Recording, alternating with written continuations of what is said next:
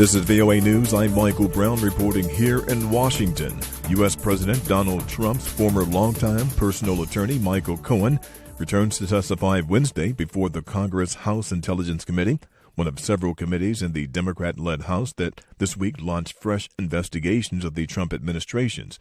AP correspondent Rita Foley picks up on that part of the story and the president's response. President Trump tweets the Democrats have gone stone cold crazy.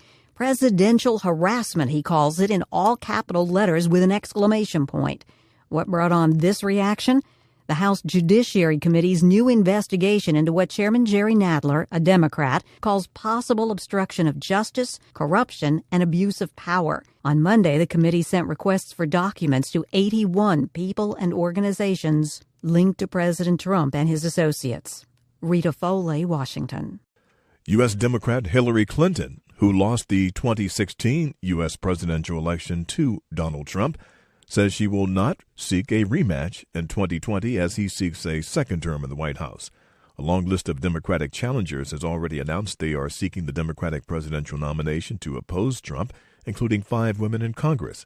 Clinton told a New York television station she is speaking with several of the contenders for the party's nomination. And I've told every one of them, don't take anything for granted, even though we have a long list of real problems and broken promises from this administration. Hillary Clinton said she will be speaking, she will be working, and she will continue to stand up for what she believes in. From here in Washington, this is VOA News. Multiple sources reported that North Korea has restored part of a missile launch site it began dismantling after pledging to do so at the Singapore summit with President Trump last year. VOA's Steve Miller has more from Seoul.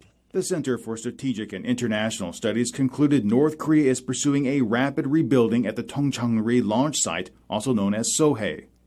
The CSIS report said, quote, activity is evident at the vertical engine test stand and the launch pad's rail-mounted rocket transfer structure, end quote.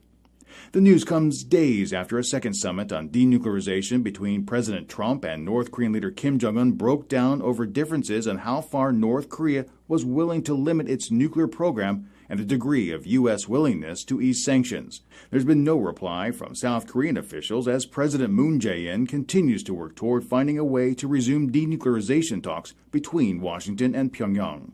Steve Miller, VOA News, Seoul.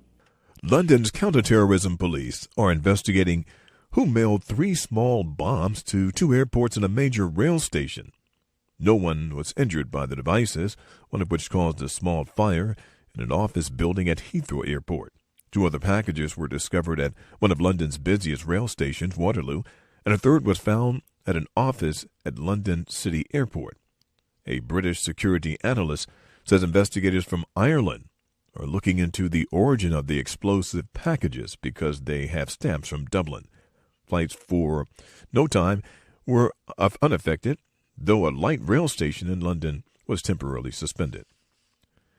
Venezuelan President Nicolas Maduro says he would defeat a crazed minority determined to stabilize the country, was his first remarks on Tuesday since opposition leader Juan Guaido defied him by returning to the country on Monday.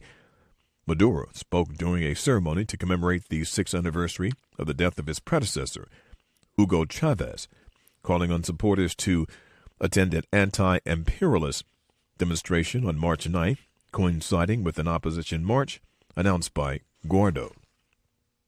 South Sudan's president is calling on his people to refrain from revenge attacks as the country tries to move on from a brutal civil war.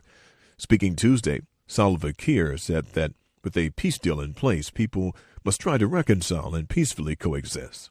Kiir also said the conflict was caused by rivalries in the ruling SPLM party, though he declined to take personal responsibility.